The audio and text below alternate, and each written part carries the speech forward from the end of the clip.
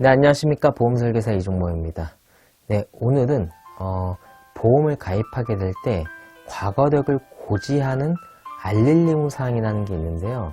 그 알릴 의무 사항, 그 내용을 하나하나 읽어보면서 여러분들과 같이 해석해보는 시간을 갖도록 하겠습니다. 이 알릴 의무 사항은 실제 보험을 가입하기 이전에 내가 어떤 병력이 있었다든지 어떤 치료를 받았던 이력이 있을 때 그것을 보험사에 알려야 하는 의무를 뜻합니다.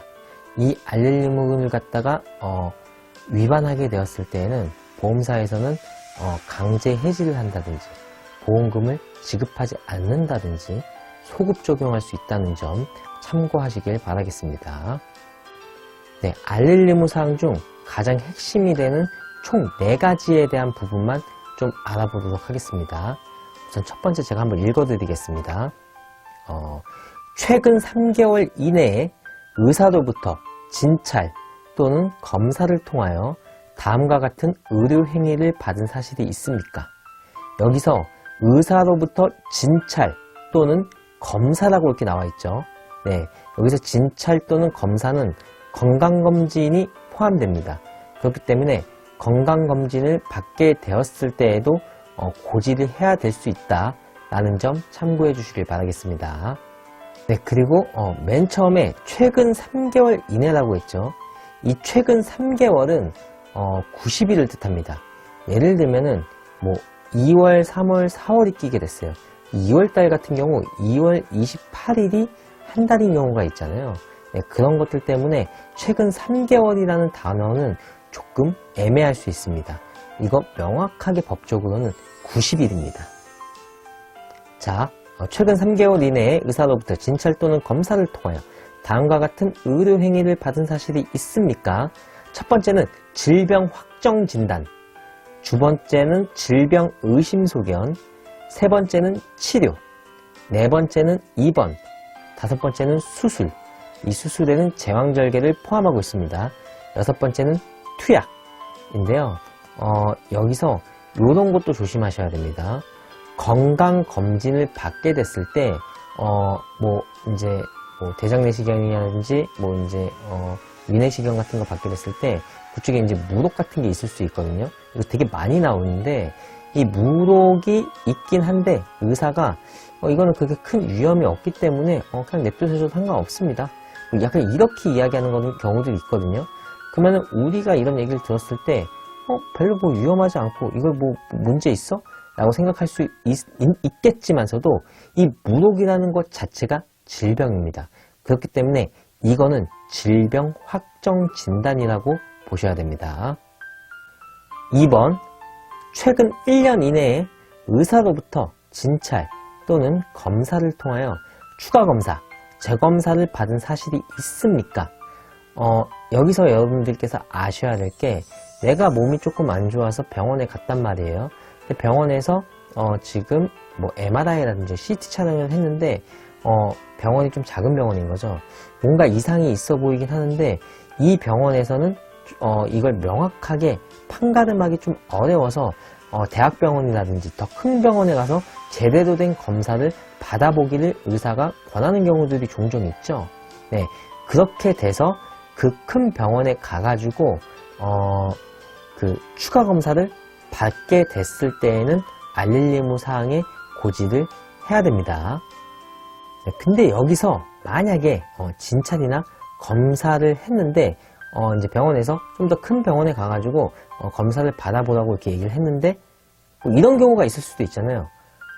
그냥 바빠서 검사를 안 받았다든지 뭐 이렇게 되면은 보시면은 1년 이내 의사로부터 진찰 또는 검사를 통하여 추가 검사, 재검사를 받은 사실이 있냐라는 거죠. 그러니까 진찰 또는 검사는 받았지만 추가, 재검사를 받지 않았으면은 알릴 의무에 해당되지 않겠죠. 그렇기 때문에 알리지 않아도 되는 겁니다.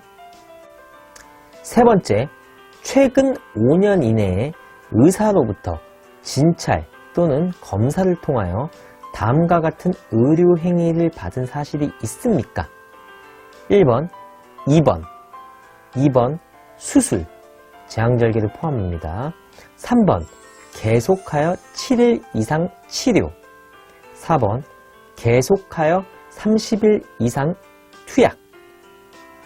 이런 행위를 하게 됐을 때에는 알릴 의무 사항에 알려야지 맞습니다. 그리고 여기서 계속하여 7일 이상 치료라든지 계속하여 30일 이상 투약. 여기서 계속하여란 같은 원인으로 치료 시작 후 완료일까지 실제 치료, 투약받은 일수를 뜻하거든요. 여기서 좀 또 재밌는 걸 제가 좀 이야기해 드릴게요. 예를 들게요. 계속하여 6일까지만 치료를 받았어요. 같은 병명으로. 그리고 나서 전혀 다른 병으로 또 6일만 치료를 받은 거예요. 그리고 또 전혀 다른 병으로 약을 처방을 받았는데 계속하여 27일까지만 투약을 받았어요. 그리고 또 다른 어떤 병명에 의해 가지고 또 약을 처방받았는데 10일까지만 약을 처방받은 거예요. 이런 상황이면은 알릴 의무에 해당이 될까요? 안 될까요? 당연히 알릴 의무에 해당이 되지 않습니다. 왜냐하면 계속하여 7일 이상 치료를 받은 게 아니기 때문입니다.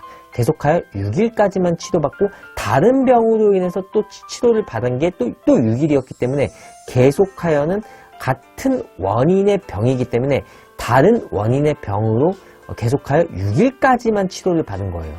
당연히 알릴 의무에 해당되지 않습니다. 우리는 명확하게 이 알릴 의무 사항에 해당이 되면은 작성을 하는 거고 해당이 되지 않으면은 작성을 하지 않으면 되는 겁니다. 네 번째, 최근 5년 이내에 아래 열대 질병으로 의사로부터 진찰 또는 검사를 통하여 다음과 같은 의료 행위를 받은 사실이 있습니까? 1.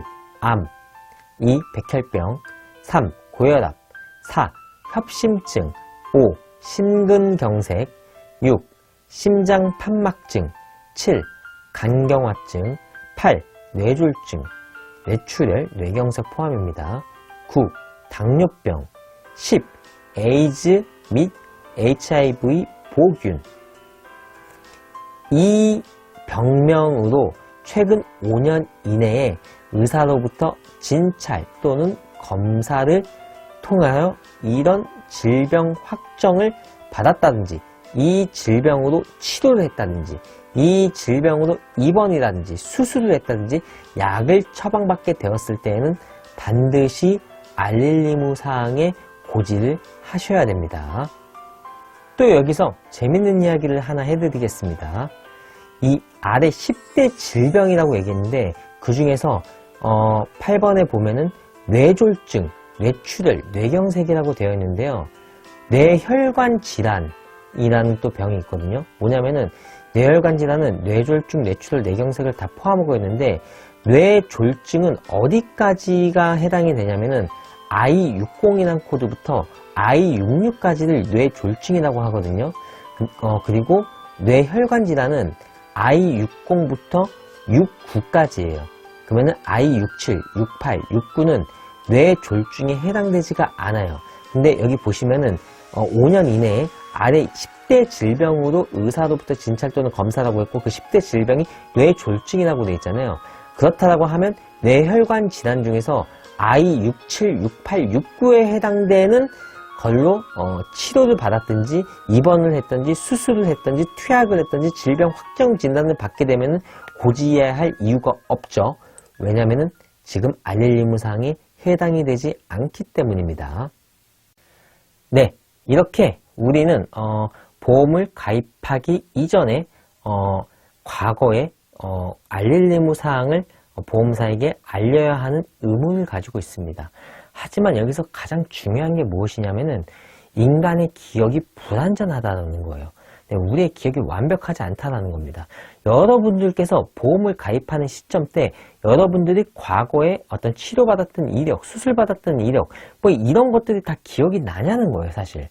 물론 난다라고 이야기하시는 분들도 있지만 이 기억이 나서 다 알릴 의무를 갖다가 이행을 하신 분들 중에서도 사건이 발생됐을 때 막상 보험사에서 조사가 나는데 고지 의무 위반을 당하는 경우들이 있거든요. 그게 무슨 말이냐면은 소비자분이 다 알렸다라고 생각을 했는데도 불구하고 본인도 기억하지 못한 또 다른 병이 있어서 그때 치료받았던 그 이력이 있었던 거예요. 저 이런 분들 정말 많이 봤습니다. 네, 그래서 사실 알릴리무사항이 상당히 문제가 많이 되고 있고, 제가 지금까지 유튜브 영상에서 이 알릴리무에 관한 것만 영상 한 4, 5개는 찍었을 거예요. 제가 이렇게 이 영상을 찍은 이유는 그만큼 중요해서 찍은 겁니다. 네, 그렇기 때문에 이 알릴리무가 정말 중요하고 막상 사건 발생돼서 보험금이 지급되는 그 시점이 됐을 때 아주 민감한 문제일 수 있다라는 걸 여러분들께서 알고 계셨으면 하고, 이 영상을 보시는 여러분들께서 와닿지 않을 거예요. 왜 와닿지 않냐면은 사건이 발생되지 않았기 때문에 와닿지 않을 거예요. 근데 사건이 발생된 그 시점부터 이 내용들이 와닿기 시작할 거예요. 정확히 구체적으로 언제 와닿기 시작하냐면은 보험금을 청구를 했는데 보험사에서 조사가 나오기 시작했고, 조사가 나왔는데 보험금 지급이 되네 안 되네 가지고 갑자기 문제가 생기게 됐을 때, 이때 여러분들께서는 제 영상에 아주 큰 관심을 가지게 될 거예요. 갑자기 내가 가지고 있던 생각이 프레임이 확 바뀌어버리게 되는 거죠. 네, 이런 문제를 해결하는 방법들이 있긴 있습니다.